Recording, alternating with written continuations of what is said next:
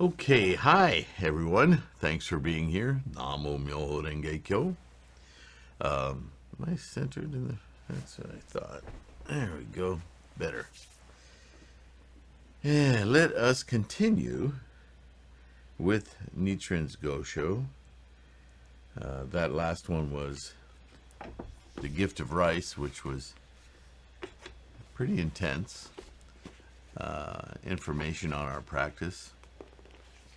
Really, I've marked certain goshos because of their relationship to the daimoku itself, which I think, as Nichiren practitioners of Lotus Sutra, we often wonder about the different aspects of each character of Namu Myoho Renge Kyo, and that's one that really focuses on Namu. So, in that way, I think it's quite important. Now, this one, this scholarship,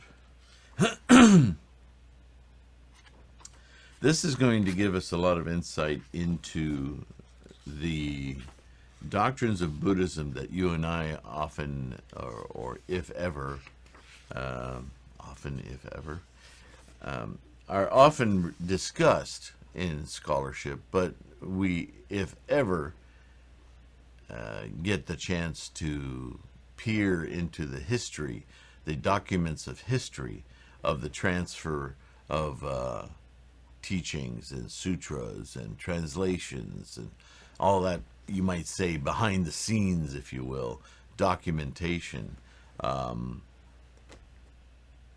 So there are letters like this one, which we're about to read, which I won't get through in one sitting.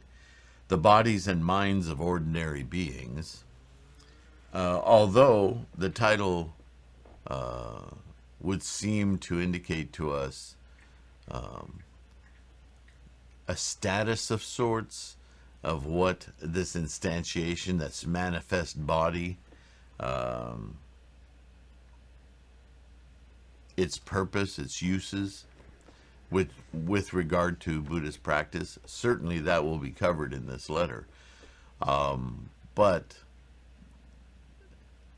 in providing context for that, as is typical of Nichiren, we will get exposed to a ton of the migrations and developments throughout the former, middle, and latter day of the spread, the propagation of Shakyamuni's sutras, how the nature of the cultural biases that have gotten in the way and then been filtered out, again, from India to China, from northern China to southern China, from China to Korea to Japan, from India to Sri Lanka and Burma and so forth, and the timing of things. I think I referenced a book a long time ago by, I think, a Nichiren Shu publication, not Temple publication, but one of the principles, called, I think it's just called Sutras, and it documents the travails of scholars trying to traverse the Himalayas on pathways scarcely wider than a foothold to get from one part of the continent to the other, across Asia. The tremendous difficulties, in other words, of going, learning about certain sutras, and then bringing them back for translation, etc. And given the nature of, no railways, no airplanes, no internet, obviously, no cellular communication, just this person-to-person effort. Some sutras, as they, India's massive continent, and as certain translations or memorizations of sutras traveled through that country, different paths through the lower Himalayas or around the Himalayas through the water, or the northern path through what is now like Nepal, different sutras at different times showed up in China, and which meant that sometimes earlier teachings arrived in China hundreds of years after latter teachings. So it kind of screwed up the order of the teachings, right? And so you'd have these spreads throughout the country of different aspects of Buddhism that didn't necessarily jive with one another, and vying for which was more correct than the other. So you can see that not only are there cultural biases from nation to nation, cultures to culture, but subcultures and timing had a lot to do with how Shakyamuni's teachings were promulgated.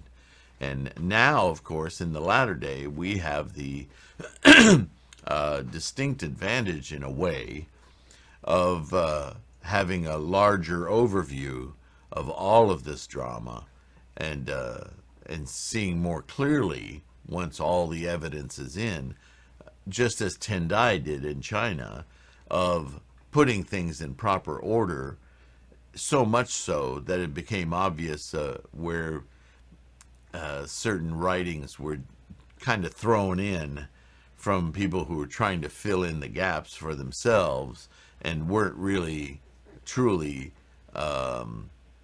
or actually the words of Shakyamuni, or the translations of the scholars of Shakyamuni's day and the centuries immediately following his passing. So the scholarship was being kind of glommed onto and modified.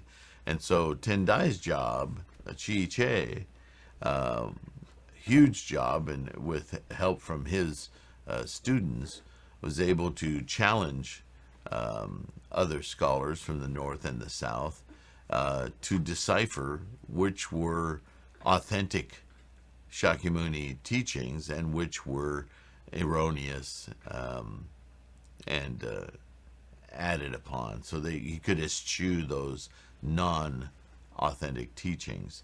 Anyway, Nichiren will talk about that quite a bit in this history, and it's valuable just to understand the nature of the clarity of Shakyamuni's teachings, and how so much effort has been made in the thousands of years since he was alive to preserve the scholarship, the truth, the clarity of his teachings. So here we go. Sorry, my throat's bothering me a bit today. And I'm also being plagued by a couple of toothaches. I don't have insurance. I'm just me, so dental expenses are a little hard to come up with, so you end up suffering. I know that's not uncommon for a lot of us, right? So be careful with your teeth. The bodies and minds of ordinary beings. The sutras preached before the Lotus Sutra deal with the bodies and minds of ordinary beings. You've heard me say that before, that, and Nichiren will build to that point once again, that the earlier teachings were to the people's capacity, right? The Buddha preached them in terms that would be accessible to the minds of ordinary people, ordinary being people who are not studied on the Buddhist scholarship, the Buddhist teachings. If you're not practicing Buddhism, then you're samsaric. You're just a samsaric being. That's the reference of ordinary here. And therefore, though they represent the sermons of the Buddha, they do not go beyond the scope of the minds of ordinary people. He was teaching to their capacity and their level of understanding, right? Hence, they are called the sutras that were preached in accordance with the minds of others. To illustrate, suppose that there are parents who do not care for sake themselves, but who have a beloved son who is extremely fond of it. Feeling tenderly toward their son and desiring to win his affection, they urge him to have some sake, and in so doing pretend that they themselves like it too. The foolish son, not knowing any better, thereupon concludes that his father and mother, in fact, like sake. The Trapusha Sutra deals with the realms of human and heavenly beings. Now, there's none, I think I read that the Trapusha Sutra has no remaining artifacts anywhere. So we only know of it through writings of this nature by other scholars, but we don't have actual text or translations or transcriptions of those sutras. So we'll just go with the category Nichiren puts them into here. These sutras, the Trapusha Sutra, deals with the realms of human and heavenly beings. The Agama Sutras deal with the persons of the two vehicles, learning and realization, right? Shravakas and Pratyeka Buddhas. The Flower Garland Sutra deals with bodhisattvas.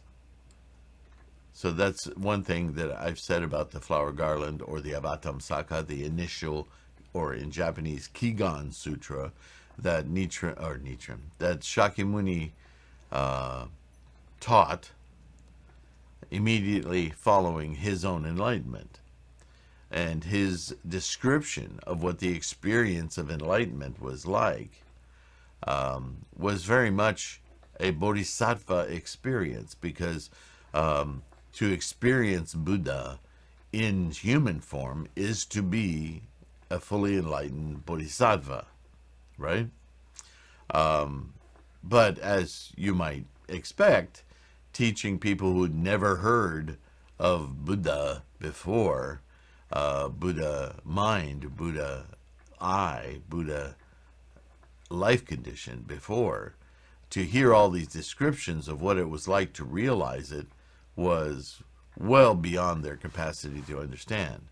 So it only took a couple of weeks for Shakyamuni to back off of that and reconsider who he was teaching to. This is again why all of these teachings are considered teachings to the people's capacity, until in the latter years of his life, before it came to a close, he then returned to teach to his own mind what enlightenment, what it is to actually, the method to open that door of enlightenment.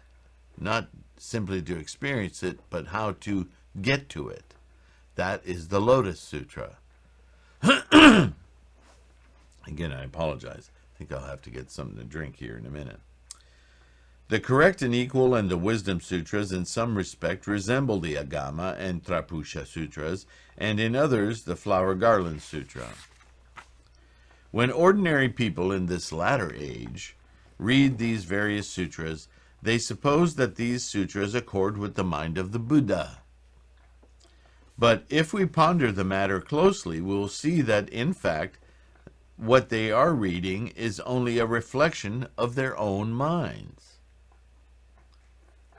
Like the son who thinks that his parents like sake misunderstands that they're only providing that experience for him.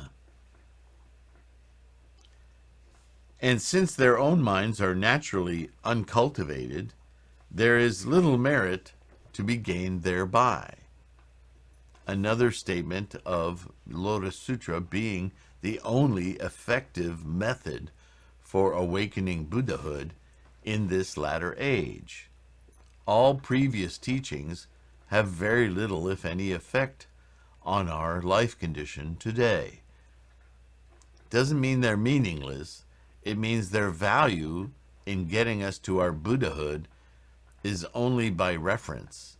If we need to expand our understanding of life, then reading the earlier teachings might provide us some insights that would then help us understand more profoundly the Lotus Sutra. But those earlier teachings, the perfection of wisdom teachings, the this is getting really annoying now. The Wisdom Sutras, the Diamond Sutras, the Lankavatara, the Virmalakirti, the Hinayana teachings, all of them, they're interesting to round out our earthly understanding of the Buddhist practice. But they are only in service to the Lotus Sutra. Only Myoho Renge Kyo has the profound capability to open our Buddha mind. You can practice those others your whole life long, and you may gain insights into how to conduct your life and how to understand how your mind works, but that won't get you to your Buddha nature, your Buddha life condition, right? The Lotus Sutra, on the other hand, is known as a sutra that was preached in accordance with the Buddha's own mind. Because the Buddha's mind is an excellent mind, an awakened mind, persons who read this sutra, even though they may not understand its meaning, will gain inestimable benefit. So that's almost a controversial thing to say. But in fact, what Nichiren is saying is, if you,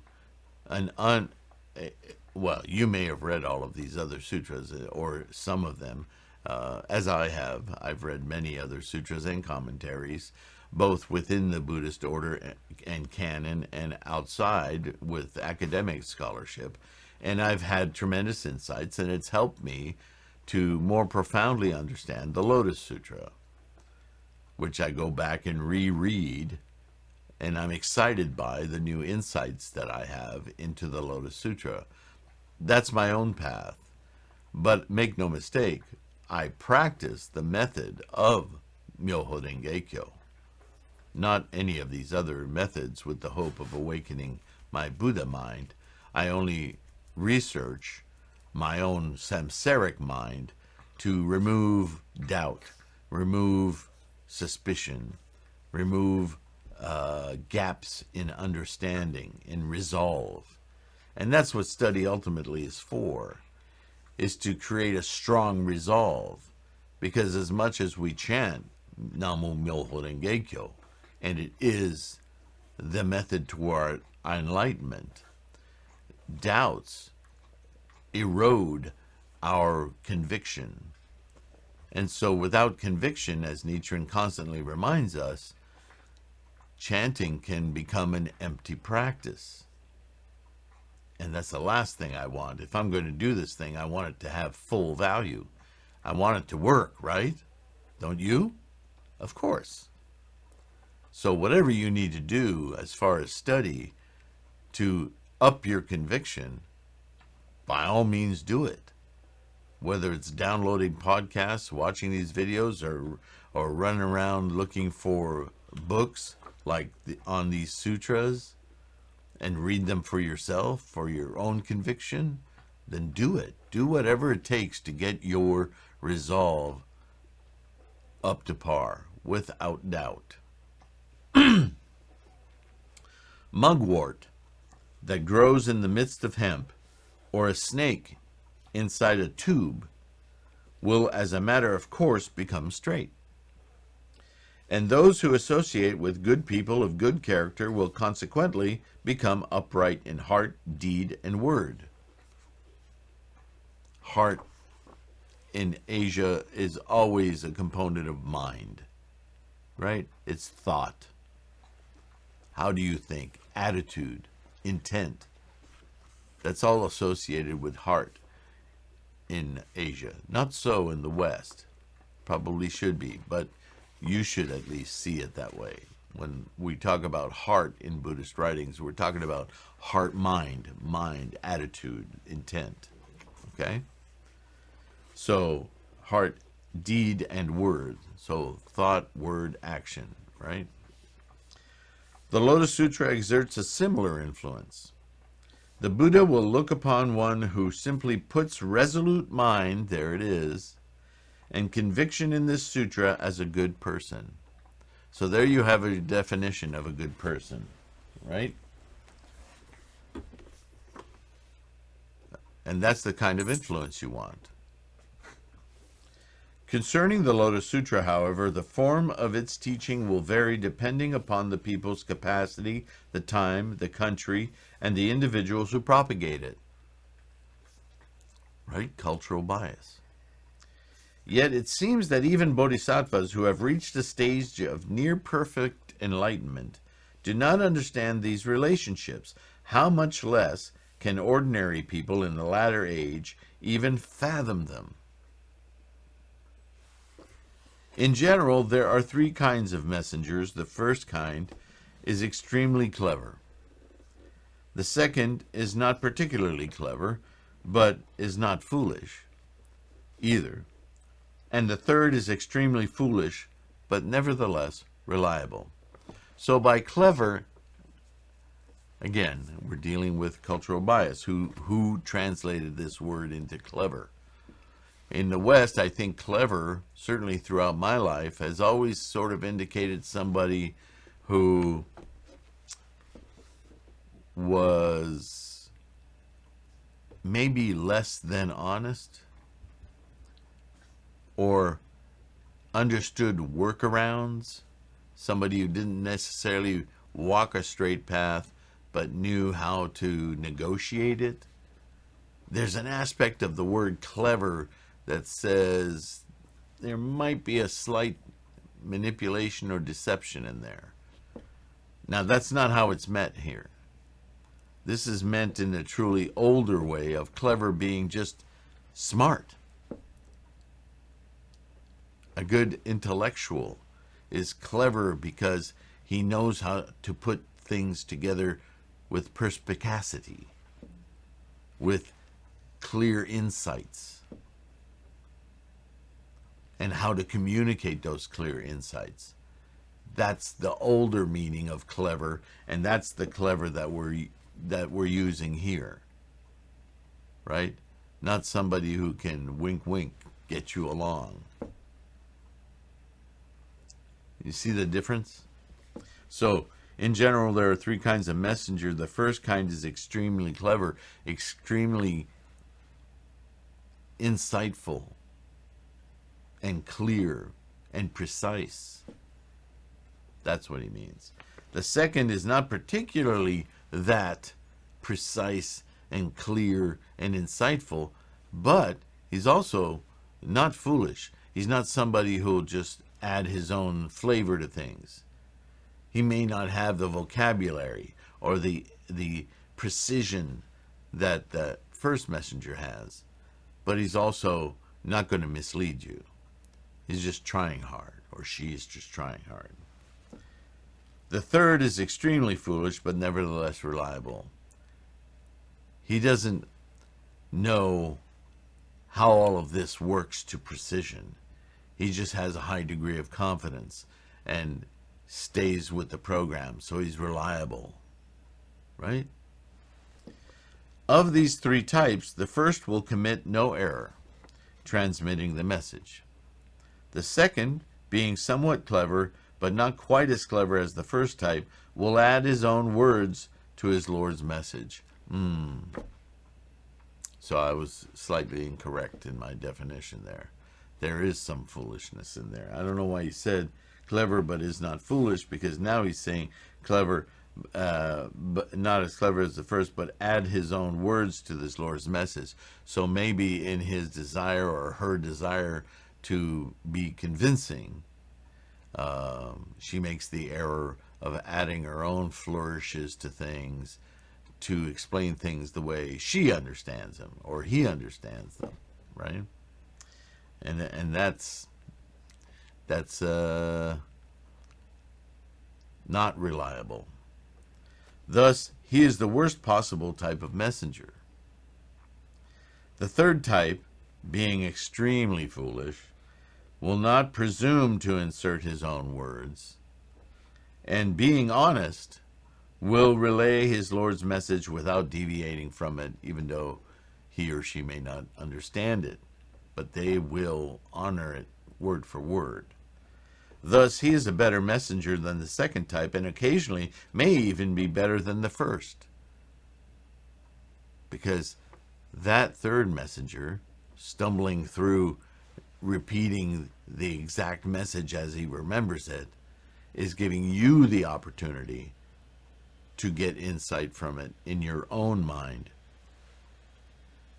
And in some cases, that's the greatest value, because the very clever messenger, the first type, might put so much precision and verbiage around what he's saying that you start to go a little dull from it.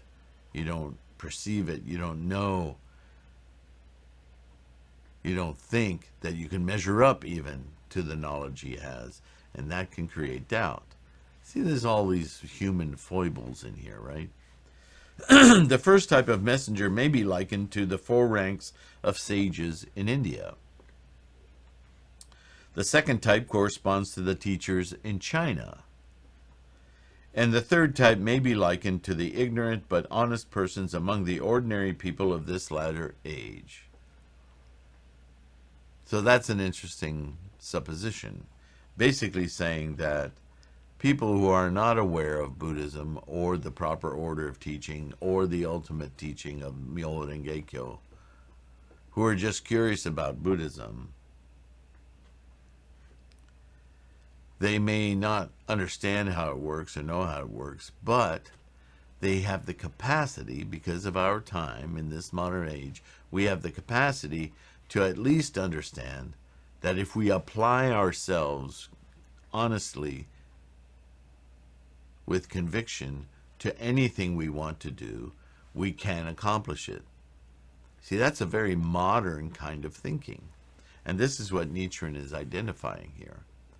Once again, putting substance behind studying the Lotus Sutra, practicing Myoho Renge Kyo, without necessarily understanding the tower of meaning and experiential teachings, the expedient means, because we have the capacity to understand with conviction Myoho Renge Kyo, we can accomplish and enlighten our minds with our Buddha nature, even without fully understanding it. That's quite something. But conversely, practicing the other teachings as though they would bring us to enlightenment is a great fallacy, because those teachings are preparatory. They don't get us to the invocation. They don't get us to the manifestation of our Buddha. They just train our samsaric, ordinary minds. Do you see? I will set aside here the period when the Buddha lived in this world. The period of 1,000 years that followed from the day after his passing is known as the former day of the law. This 1,000-year period of the former day is divided into 2.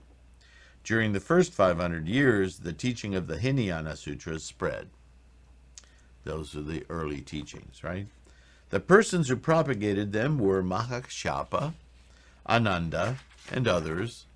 And in the second 500 years, Ashvaghosha, Nagarjuna, Asanga, Vasubandhu, and others spread the teachings of the provisional Mahayana Sutras. Some among these scholars wrote about parts of the Lotus Sutra, and others made no mention of it whatsoever. Of the scholars who appeared after this 1,000-year period of the former day, their views in a few cases resembled the Buddha's own teaching, but for the most part they fell into error. Of those who appeared in the former day and were not in error, but whose treatises were incomplete, we may name Mahakashapa, Ananda, Ashvaghosha, Nagarjuna, Asanga, and Vasubandhu. Where are we now? In the 1,000-year period of the middle day of the law, Buddhism was introduced to China. But at first, because of controversy with the Confucians, there was apparently no time to delve into the internal divisions of Buddhism, such as the distinction between Mahayana and Hinayana, and between provisional and true teachings. As the Buddhist teaching spread more widely and one doctrine after another was introduced from India, some persons who had earlier seemed discerning now appeared, in the light of more recent introduced sutras and treatises, to have been foolish. There were also some who had earlier been thought foolish, but who were now seen to have been wise. In the end, 10 different schools developed, and 1,000 or 10,000 different interpretations were propounded. Ignorant people did not know which to adhere to, while the attachment to their own views of those thought to be wise was extreme. So, you had the full range of misunderstandings and what do you call it, like mindless following, fanaticism. In the end, however, there was one opinion that all agreed upon. It was, in short, that all of the teachings set forth in the course of the Buddha's lifetime, the Flower Garland Sutra ranked first, the Nirvana Sutra second, and the Lotus Sutra third. Oops. No one from the ruler on down to the common people disputed this interpretation because it was shared by the Dharma teacher Fa Yun, the Dharma teacher Chi Tsang, and the other leaders of the 10 schools, who were all looked upon as great sages.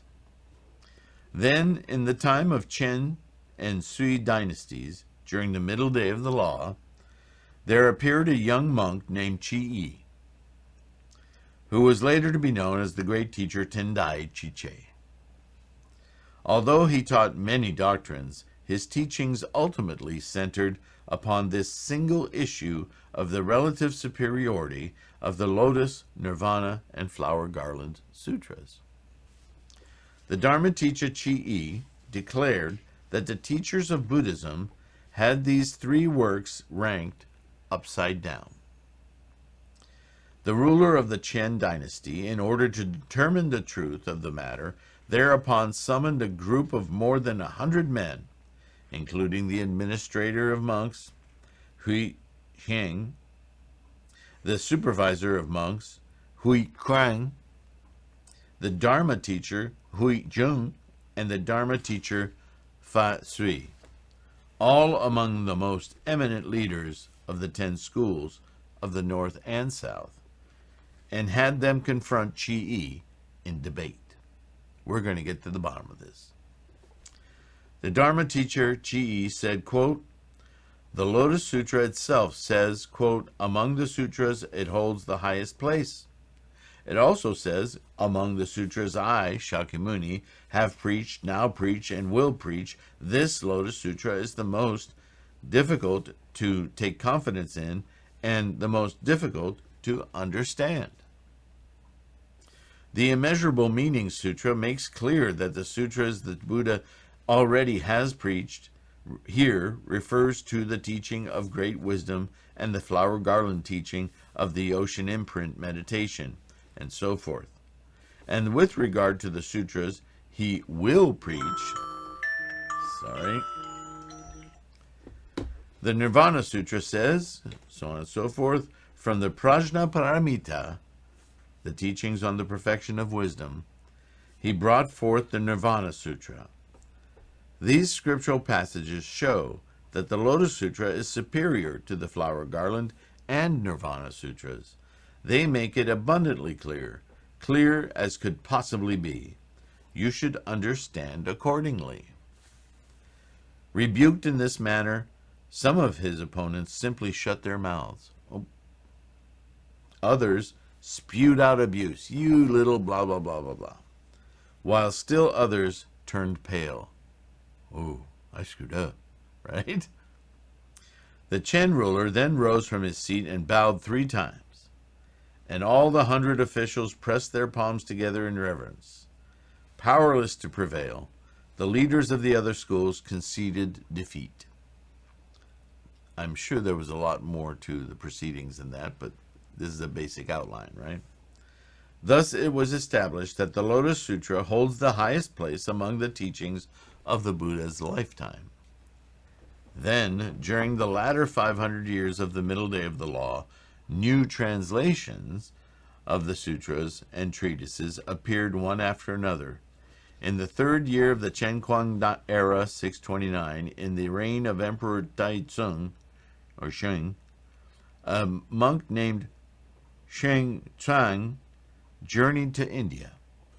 He spent 17 years mastering the various Buddhist doctrines of the 5 regions of India and returned to China in the 19th year of the same era, 645, introduced the Profound Secret Sutra, the treatise on the stages of yoga practice, the treatise on the consciousness-only doctrine, and the other teachings of the Dharma characteristics school.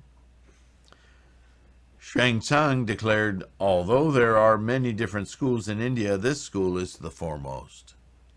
Emperor Taizong was one of the worthiest rulers in China, as known, and he took Xuanzang to be his teacher.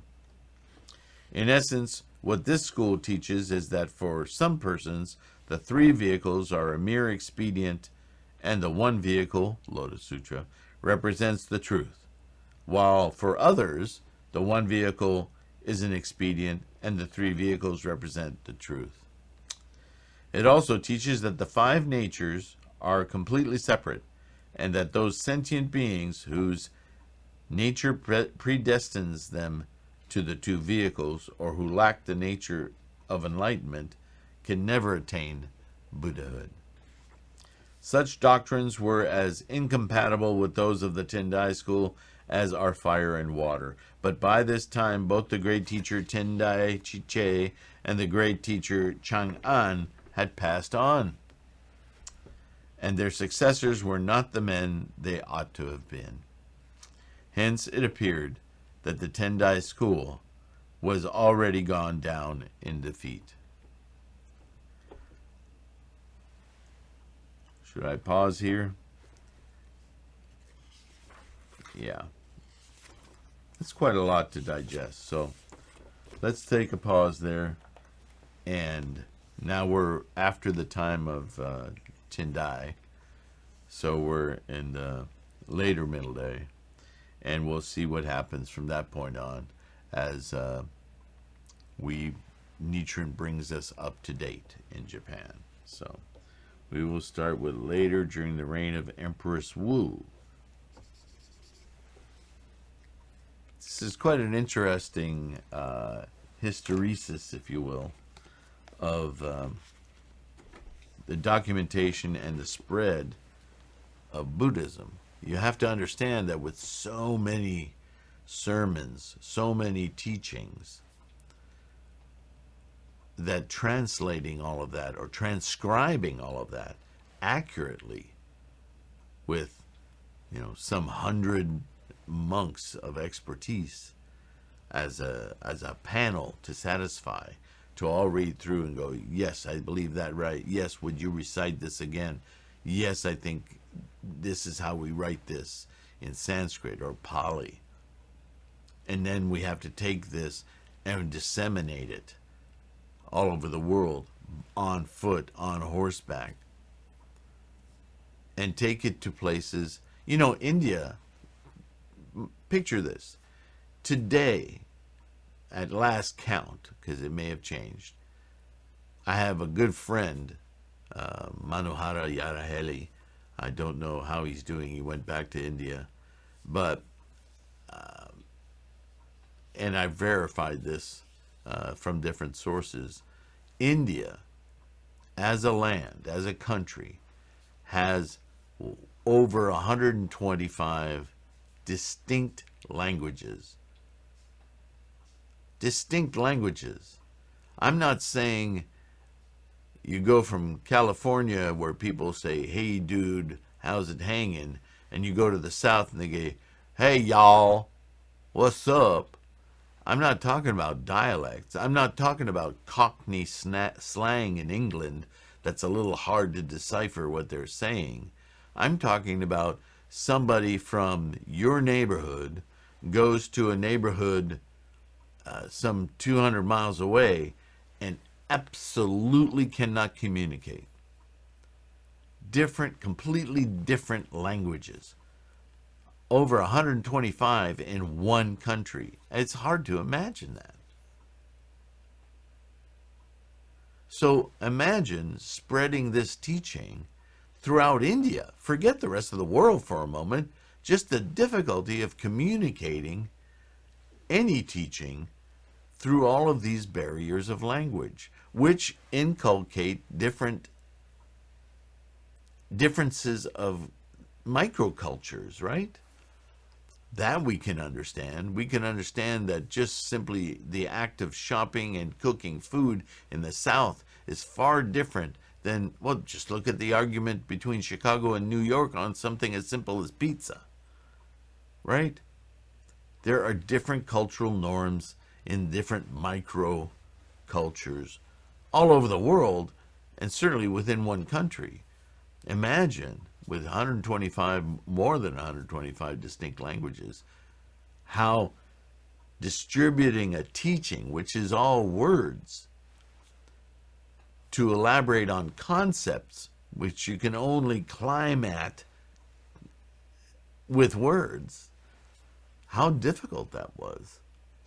And then you transpose that into different areas of another large continent, China, where the people of the North have completely different diets and realities than the people of the South. They're like microcultures, right? East and West, Nepal and Shenzhen,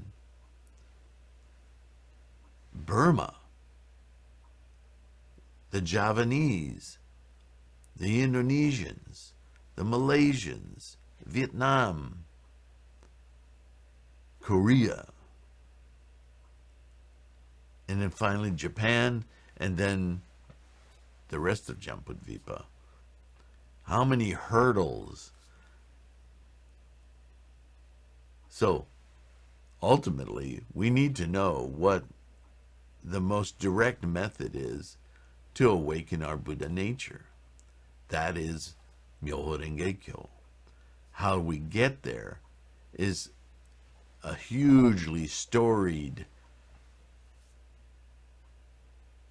history, right? And all of it is supportive of, because it ultimately leads to it, the teachings of Shakyamuni. How much of each of those translations do you need to understand in order to develop the confidence that you need to invoke your Buddha nature? We're all different that way, right? Some of us, remember the word Ichantika, the incorrigible disbelief? This is a cautionary word. This is a caution to those of us who enjoy research and study so much that we can forget why we're motivated to research and study. We can fall in love with research and study and never apply that knowledge to actual doing, which is Myoho Renge Kyo, thought, word, and deed, all at once. This is why we have a mandala. This is why Nichiren made this mandala, because he understood, as samsaric beings, we need something to go, hey, over here, when we can lock onto it. Then thought, word, and deed all comes it's just a nice flow. Right? Okay, thanks for hanging in there with me. Thanks for participating. Thank you for your support. Oh my goodness. I'm so amazed by your practice. Please continue to increase your confidence. Chant every day. Take care of your health. Without it, we can't chant. And try as best you can to be kind. Sometimes it's hard, I know. But if that's what's in our hearts, I'm sure it will prevail. Just like you. See you in the next one. Namo Myo Renge Kyo. Hey, thank you for being here. Did you know there's a third way you can help support this channel, and it won't cost you a cent? Yep. If you are not able to be a patron on Patreon or use the PayPal me at .com at Sifu Sylvain because you don't have the financial fortune to help support this channel right now, you, as I say, always support this channel by watching, but you can also help us grow so that maybe one day we can get over 10,000 subscribers and YouTube will grace us with monetization. It's not a lot, but if you can make sure you're subscribed and share a video like a simple one, just go into the search criteria and type monk and you'll have a video that'll come up that's been up for years about what is a monk. You know, it's called monk, who, how, where, something like that. That might be a great introduction to somebody who doesn't understand what a monk is to begin with. It's a tool. Use this channel as a tool to help you with your bodhisattva practice, and share a video to somebody who you think, oh, I know somebody who'll benefit from watching this. And in that way, you can help us grow. And that's a really good way to help your practice along as well. So just wanted to drop that in on you in case that's something that you might find useful. Take care of yourself again, and I'll see you soon. Bye.